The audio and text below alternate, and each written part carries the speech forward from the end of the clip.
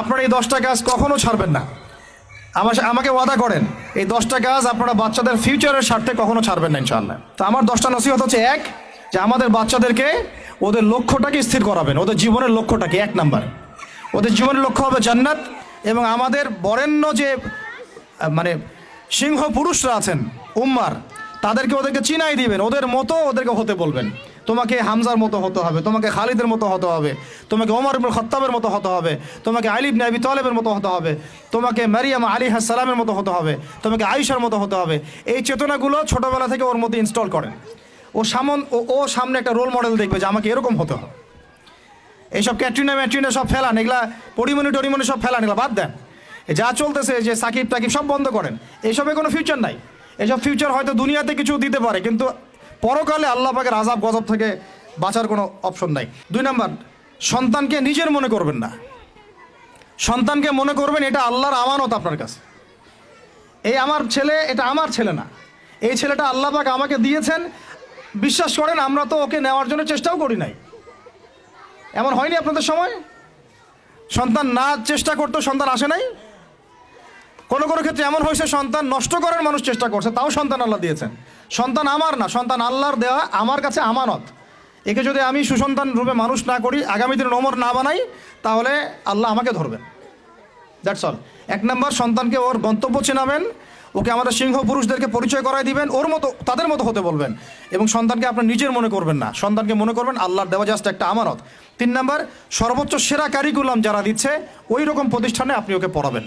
এরকম প্রতিষ্ঠান যদি সরকার দেয় তাহলে সরকারি প্রতিষ্ঠানে পড়াবেন, আমার কোনো সমস্যা নেই। যদি না দেয় তাহলে বেসরকারি, আর যদি বেসরকারিও না থাকে তাহলে আমরা গড়ে তুলবো ইনশাআল্লাহ তাআলা। 3 নাম্বার হচ্ছে এটা, 3 নাম্বার। 4 নাম্বার, আল্লাহর ওয়াস্তে, এটা আমি প্রথমে বলতে চাইছিলাম, আল্লাহর ওয়াস্তে ডিভাইসের এডিকশন থেকে বাচ্চাদেরকে বাঁচান। ডিভাইসের এডিকশন এত মারাত্মক যে আমি নিজে এখন কোরআনের আয়াত ভুলে যাচ্ছি দিন দিন। এই ডিভাইস আমার হাতে যেটা আছে এটা একটা পয়জন, এটা একটা হিপনোটাইজ করার যন্ত্র মানুষকে। এই মোবাইলের এডিকশন থেকে বাচ্চাদেরকে বাঁচাবেন আল্লাহর ওয়াস্তে। যদি আপনি বাচ্চাকে হাফেজ বানাতে চান, আলেম বানাতে চান, কারি বানাতে চান, মুহাদ্দিসা বানাতে চান, এটা হাতে থাকলে আপনি পারবেন না। এটাতে এডিক্টেড হয়ে গেলে আপনি কোনোভাবেই বাচ্চাকে মেমোরি ধরে রাখতে পারবেন না। বহু হাফেজে কোরআন ভুলে গেছে দিন দিন এটার কারণে। এটার মধ্যে অ্যাডাল্ট্রি অনেক কিছু আছে, ওরা এগুলো এখন বোঝে, কিন্তু ওরা ছোট নাই এখন। এগুলো একটা কার্টুন দেখতে গিয়ে ওরা 10টা দেখে ফেলবে, আজে বাজে জিনিস দেখে ফেলবে। এটার মানে ব্যবহারটাকে নিয়ন্ত্রণ করেন, ডিভাইস এডিকশনটা বন্ধ করেন। আল্লাহ পাক তৌফিক দান করেন, আমিন। 5 নাম্বার হচ্ছে ম্যানুফ্যাকচার্ড কোনো খাবার বাচ্চাদেরকে খাওয়াবেন না। ফিজিক্যালি ওদেরকে ফিট রাখার চেষ্টা করবেন। ম্যানুফ্যাকচার্ড খাবার মানে একটু আগে দেখলাম যে বাইরের খাবারগুলো এটা খাচ্ছে, চিপস টিপস ইত্যাদি, এগুলা ওর হজম শক্তি নষ্ট করবে, ফিজিক্যাল স্ট্রেংথ নষ্ট করবে, ওর মেমোরি শার্প হতে দিবে না। ওকে ভিতর থেকে ওই যে একটা শব্দ একটু আগে বলেছে এক ভাই যে ব্রয়লার মুরগি বানাই দিবে, আসলেই তাই বানাই দিবে। আমরা ঢাকা শহরে যখন থাকি, ছেলেপেলেদের 15 বছরের ছেলের ভুঁড়ি দেখলে আমাদের মনে হয় যে কী একটা অবস্থা। ফাস্টফুড, পিৎজা, বার্গার, কফি, এইগুলাই ওদের জীবন। তো এইরকম হইলে এই ছেলেপেলেগুলো না ফিজিক্যালি স্ট্রং থাকতে পারবে না মেন্টালি। আর মনে রাখবেন, কোরআনে আল্লাহর কিতাবের মধ্যে আল্লাহ পাক নেতৃত্ব দেওয়ার 2টা গুণাবলী বলেছেন। কয়টা বলেন? মাত্র 2টা। নেতৃত্ব দেওয়ার জন্য ওই রকম জায়গায় যেতে হলে 2টা গুণাবলী এনশিওর করতে হয়। একটা হচ্ছে ফিজিক্যাল স্ট্রেংথ, একটা হচ্ছে ইলমের স্ট্রেংথ। বাসতাতাম ফিল জিসমি ওয়াল ইলম আও বাসতাতাম ফিল ইলমি ওয়াল জিসম, মানে জ্ঞানে এবং দৈহিক শক্তিতে বলীয়ান হওয়া। ছোটোবেলা থেকে খাবারে যদি আপনারা সচেতন না হন, এই বাচ্চারা বড় হয়ে দেখবে যে 15, 20, 30 বছরেই ভেঙে পড়ে গেছে। আমরা এটা চাই না। বিশুদ্ধ খাবার এবং ম্যানুফ্যাকচার্ড খাবার ত্যাগ করা, বাইরের খাবার বন্ধ, এবং যে রুট লেভেল থেকে ভালো খাবার এনে ওদেরকে খাওয়াবেন। পরিষ্কার পরিচ্ছন্নতাকে সর্বোচ্চ গুরুত্ব দিবেন, নিট অ্যান্ড ক্লিন থাকবে আর কি। আমার সাথে আমার পরিবারের যে মাঝে মাঝে যে একটু মিষ্টি ঝগড়া হয়, আমার একটা জিনিস নিয়ে ঝগড়া হয় যে বাচ্চারা পরিষ্কার না কেন, চকচকা না কেন, একদম সবসময় চকচকা থাকবে। না হলে এই যে হাত দিয়ে এটা ধরতেছে, পেটে হাত দিয়ে, মুখে হাত দিবে, পেটটা নষ্ট হয়ে যাবে। বাচ্চাদের হাইজেনিক পরিবেশ দিতে হবে, আল্লাহ পাক তৌফিক দান করেন। এটা হলো 5। 6 নাম্বার হচ্ছে নিয়মিত ওদেরকে খেলতে দিবেন। এটা আমি নিজে লিখেছি, কারণ ছোটোবেলায় আমরা অনেক খেলাধুলা করেছি। আমি একটু বুঝাই জাস্ট 1 মিনিটে। যত বেশি খেলবে তত সোয়েট হবে, মানে ঘামবে, যত ঘামবে তত ক্লান্ত হবে, যত ক্লান্ত হবে, ঘামবে, তত কোলেস্টেরল কমে যাবে, ব্লাড সার্কুলেশনটা খুব ভালো হবে। তারপরে যত খেলবে, ও টায়ার্ড হবে, তখন ও খাবে বেশি, মানে ভালো জিনিস খাবে বেশি, রুচি বাড়বে। যত ভালো খাবে, ঘুম তত ক্লিয়ার হবে, ঘুম যত ক্লিয়ার হবে, ওর ব্রেন তত শার্প হবে, ব্রেন যত শার্প হবে, ও অল্প সময়ে যা পড়তে পারবে, যা মুখস্থ করতে পারবে, এটা 10 ঘন্টায় আপনি পারবেন না। বিশ্বাস করেন, আমি আমার স্টুডেন্ট লাইফে কোনোদিনও মনে হয় 2 থেকে 3 ঘন্টার বেশি পড়ি নাই, কোনোদিনও না, কোনো পরীক্ষার আগেও না, এসএসসি, এইচএসসি, ইন্টার, মাস্টার্স, কোনো পরীক্ষার আগেও না। আমার তো মনে আছে যে আমি ওই ইন্টারমিডিয়েট পরীক্ষার আগে আমরা ভিডিও গেম খেলতে গেছিলাম, মোস্তফা, মনে আছে আপনাদের? মনে নেই অনেকে। ওই যে কাচারি বাজারে, এই যে কাচারি বাজারে আগে এখানে একটা গেমিং জোন ছিল, আপনাদের অনেকে মনে আছে যারা আমার এজের আছেন, মনে নেই আপনাদের? হ্যাঁ ভাই, জানেন তো, বাক্সের মধ্যে থাকতো, হ্যান্ডেল থাকতো। কালকে পরীক্ষা বলছে, পরীক্ষা দূর, কিসের পরীক্ষা? আমার ইংরেজি আগে পড়া আছে, আমার পড়া লাগবে না, এত কনফিডেন্স, বিকজ 1 ঘন্টা পড়ছি, আমার হয়ে গেছে। তো এই হলো অবস্থা, মানে বাচ্চাকে খেলতে দিতে হবে, খেলতে দিলে ওর ব্রেন ডেভেলপমেন্টে অনেক কাজে দিবে, ক্ষুধা বাড়বে, ঘুম ভালো হবে, ইনশাআল্লাহ তাআলা ওরা পড়া দ্রুত মনে রাখতে পারবে ইনশাআল্লাহ তাআলা। 7 নাম্বার হচ্ছে ভাই, এটা আমাদের ভাই বোনদের জন্যে, যে পারিবারিক বন্ধনটা ভালো রাখেন। যে পরিবারে হাজব্যান্ড ওয়াইফের বন্ধন ভালো না, ওই পরিবারে ভালো সন্তান গড়ে উঠবে না।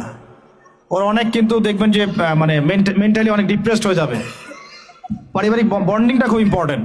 এই জন্য আমরা দোয়া করি আল্লাহ পাক যেন সবার মধ্যে পারিবারিক বন্ডিংটা ভালো রাখেন এবং পারিবারিক কলহ থেকে আল্লাহ পাক আপনাদেরকে হেফাজত করেন, আমিন। আর অ্যাটলিস্ট বাচ্চাদের সামনে এগুলো করবেন না। যদি ঝগড়া হয় বা কথা কাটাকাটি হয়, অ্যাটলিস্ট বাচ্চাদের সামনে করবেন না। এগুলো বাচ্চাদের শিশু মনে অনেক প্রভাব ফেলে। আপনার উমর রাদিয়াল্লাহু আনহুর ঘটনা জানেন তো? উনি এত কঠোর কেন জানেন? আপনারা যে বলেন উনি কঠোর মানুষ ছিলেন, কেন জানেন? উনার বাবা তাকে ছোটবেলায় কঠিন শাসন করতেন, কঠিন শাসন। ঠিক আমি এরকম একটা পরিবেশে বড় হয়েছি। যারা খুব কঠিন শাসনে বড় হয় তারা হয় 2 রকম হবে। এক, হয় তারা নষ্ট হয়ে যাবে, অথবা তারা উম্মাকে নেতৃত্ব দিবে। 2টার একটা, হয় তারা খুব মানে মেন্টালি খুব ডিপ্রেসড হয়ে যাবে, অথবা দেখা যাবে যে তারা কঠোরতার কারণে ওরা দেখবেন ইনশাআল্লাহ ইসলামকে নেতৃত্ব দিচ্ছে বা আল্লাহর বিধানের উপর কঠোর হয়ে গেছে। তো আপনারা পরিবারের মধ্যে একটা হৃদ্যতার বন্ধন রাখবেন, যাতে করে পারিবারিক বন্ধন ঠিক থাকে। বাচ্চাদের সামনে অ্যাটলিস্ট কোনো রকম কোলাহল বা ঝগড়াঝাটি বা গায়ে হাত তোলা বা যে সমস্যাগুলো আমাদের সমাজে হচ্ছে, এগুলো যেন কখনো না হয়। আল্লাহ পাক যেন আপনাদের পরিবারের বন্ধনটাকে সুন্দর রাখেন, আমিন। আর 8 নম্বরটা হচ্ছে বাবাদেরকে বলছি আমি, যে বাবাদের উচিত হবে, মাদের দায়িত্ব না শুধু সন্তানদেরকে সময় দেয়া, বাবাদেরকে সন্তানদেরকে সময় দিতে হবে। Because brother, you are not a money making machine at all. আপনি মানি মেকিং কোনো মেশিন না। আপনার কাজ শুধু টাকা আর্ন করা না তো, আপনার আমার কাজ হচ্ছে বাচ্চাকে সময় দেয়া। কোরআন আপনি খোলেন, কোরআনের মধ্যে আপনি মা এবং ছেলের কোনো কনভারসেশন পাবেন না। আমার জ্ঞান ক্ষুদ্র, যদি থাকে আমাকে জানায়েন, যে কোনো জায়গায় যদি থাকে, কোনো জায়গায় যদি পান মা এবং ছেলের কনভারসেশন আমাকে জানায়েন। আমি কোথাও কোরআনে মা এবং ছেলের কোনো কনভারসেশন পাই নাই, মা এবং সন্তানের কোনো কনভারসেশন পাই নাই। আমি যদি ভুল হই বা আমার যদি জানা না থাকে, আপনি আমাকে জানাই দিন। আমি সব জায়গায় পাইছি বাবা ছেলে, বাবা ছেলে, বাবা ছেলে, বাবা এবং ছেলের কনভারসেশন। তার মানে কোরআন আমাদেরকে হেদায়েত দিচ্ছে যে বাবাদেরকে সময় দিতে হবে ছেলেদেরকে। ইউসুফ তার বাবার সাথে কথা বলছেন, ইউসুফের বাবা তার ছেলের সাথে কথা বলছেন, লুকমান আলাইহিস সালাম তার ছেলেকে নসিহত করছেন, ইব্রাহিম আলাইহিস সালাম তার ছেলেকে বলছেন আমি তোমাকে জবাই করার স্বপ্ন দেখেছি। মা ছেলের কনভারসেশন খুব পাওয়া যায় না। আমি জানি না, কোনো জায়গায় থাকতে পারে, থাকলে আমাকে জানায়েন, কিন্তু আমি পাইনি কখনো। তো বাবাদেরকে বলবো আপনি সন্তানকে সময় দেন, because you are not a money making machine at all. আপনি কোনো মানি মেকিং মেশিন নন। এটা হলো 8 দুটো বলে শেষ করতেছি। 9 নম্বর হচ্ছে সন্তানকে চাপ দিবেন না, চাপ দিয়ে ওকে জোর করে কোনো কাঠামো দেওয়ার চেষ্টা করবেন না। বরং আপনি খুঁজে বের করেন আপনার সন্তানের মধ্যে ইউনিক প্রতিভা কি আছে। এই মেয়েটার মধ্যে হয়তো একটা প্রতিভা আছে যেটা আমার মেয়ের মধ্যে নাই, এর মধ্যে একটা প্রতিভা আছে ইউনিক যেটা ওর মধ্যে নাই, ওই ছেলেটার মধ্যে একটা প্রতিভা আছে যেটা আবার এই মেয়ের মধ্যে নাই। আপনি কখনো কারোর সাথে কারো তুলনা করবেন না। তুমি মারিয়ামের মতো ফার্স্ট হতে পারো নাই কেন, তুমি ওই সুমাইয়ার মতো সেকেন্ড কেন হলো না, তুমি ওই আবদুল্লাহর মতো কেন ফার্স্ট হলো না, কখনো এরকম তুলনা করবেন না। এগুলো করলে ছেলেরা ভিতর থেকে, মেয়েরা ভিতর থেকে খুব ডিপ্রেসড হয়ে যায়, আত্মবিশ্বাস হারায় ফেলে। ওরা মানে মনে করে হয়তো আমার দ্বারা কিছু হবে না। বরং আপনি আরো উৎসাহিত করবেন, কোনো সমস্যা নেই বাবা, কোনো সমস্যা নেই আম্মু, এবার বড় নেই, পরে এবার হবে ইনশাল্লাহ। বরং তাদেরকে সময় দিবেন এবং খুঁজে বের করবেন যে কোন প্রতিভা আপনার মেয়ের মধ্যে, আপনার ছেলের মধ্যে আছে। কেউ দেখবেন খুব ভালো লিখতে পারে, কেউ ভালো আবৃত্তি করতে পারে, কেউ ভালো নেতৃত্ব দিতে পারে, কেউ ভালো দেখবেন যে মাশাআল্লাহ মুখস্থ করতে পারে। প্রতিভা বিচক্ষণতার সাথে ফাইন্ড আউট করতে হবে।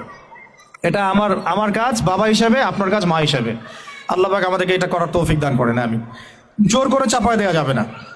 আর একটা নসিহত শেষ, সেটা হলো আমরা তো 5 ওয়াক্ত নামাজ পড়বই, বাচ্চাদেরকে তো ইসলামিক পরিবেশ দিবই।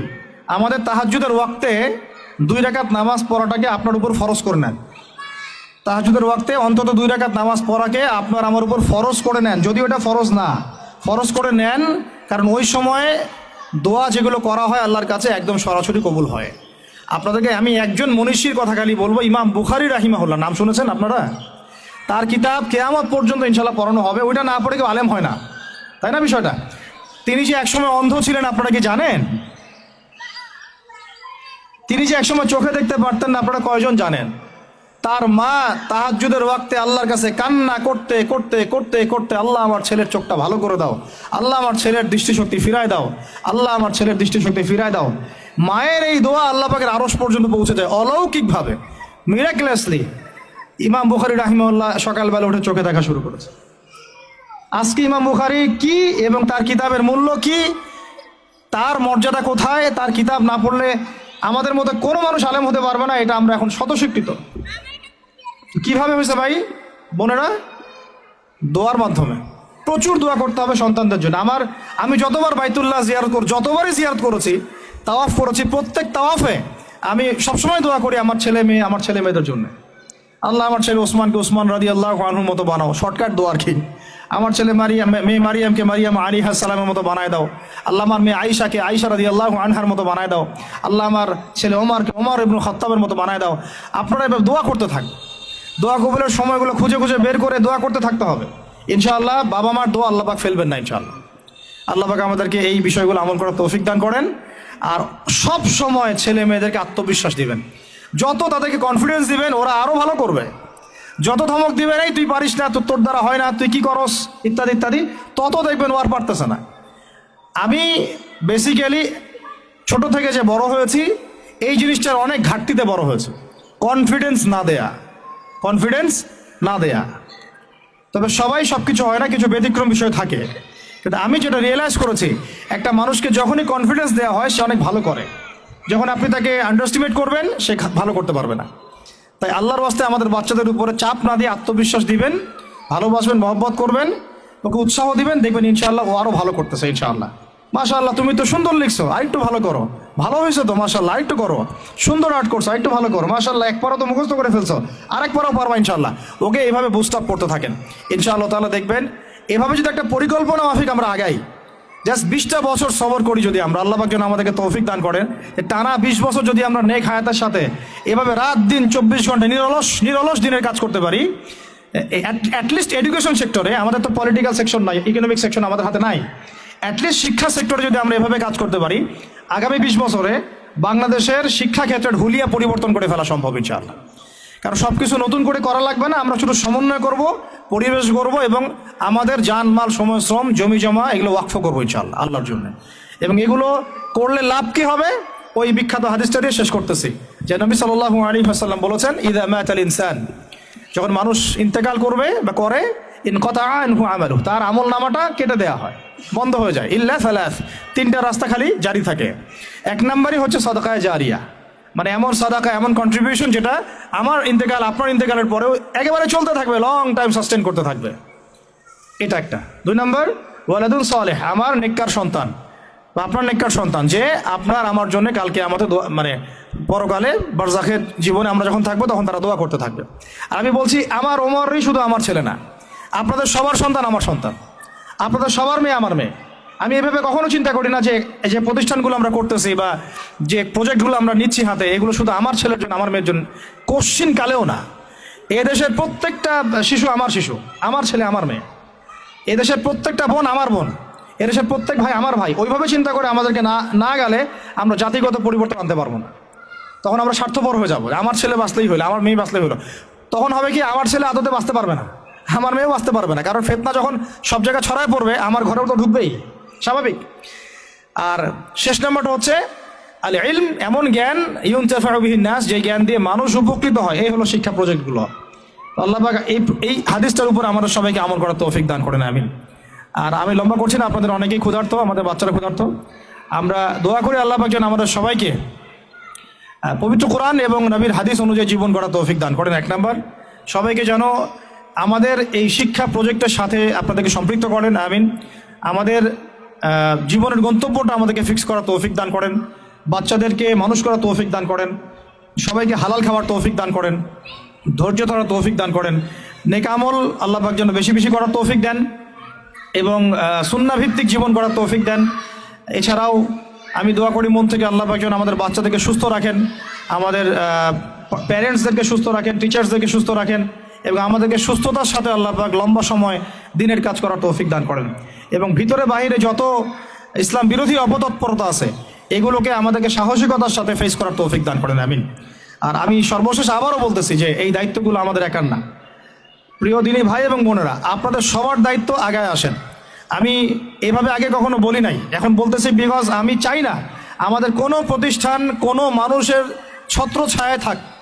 প্রত্যেকটা প্রতিষ্ঠান, প্রত্যেকটা মার্কাজ, প্রত্যেকটা ক্যাম্পাস শুধু হবে আল্লাহর জন্যে, আল্লাহর জমিতে, আল্লাহর বিল্ডিং। এটা কিয়ামত পর্যন্ত এভাবে থাকবে ইনশাল্লাহ। এটা আমার কোনো ব্যক্তি মালিকানায় না। আল্লাহর জন্য ওয়াকফ করার আমাদের জায়গা দরকার, কনস্ট্রাকশন দরকার, ফাইন্যান্স দরকার। ইনশাআল্লাহ তাআলা আল্লাহ পাক আমাদেরকে যে নিয়ামতগুলো দিয়েছেন এগুলো যদি আমরা সবার সামনে মানে সুষ্ঠুভাবে উপস্থাপন করতে পারি, আমি আশা করি সারা দেশ বিদেশের অনেক মানুষ আগে আসবে ইনশাআল্লাহ তাআলা। আল্লাহ পাক আমাদেরকে প্রত্যেকটা বিভাগীয় শহরে এরকম প্লে থেকে নিয়ে মাস্টার্স পর্যন্ত, দ্যাট মিনস নুরানি থেকে নিয়ে ইফতা পর্যন্ত এইরকম একটা ক্লাসিক্যাল প্রতিষ্ঠানগুলো, মার্কাজগুলো গড়ে তোলা তৌফিক দান করেন, আমিন। আমি আজকের মধ্যে এখানে শেষ করছি। আকুলু কওলি হাযা আস্তাগফিরুল্লাহ লি ওয়া লাকুম ওয়া লিসাইরিল মুসলিমিন। বারাকাল্লাহু লানা ওয়া লাকুম বিল আয়াতিল হাকীম। ইন্নাহু তাআলা জাওয়াদুন কারীম রাউফুর রহিম।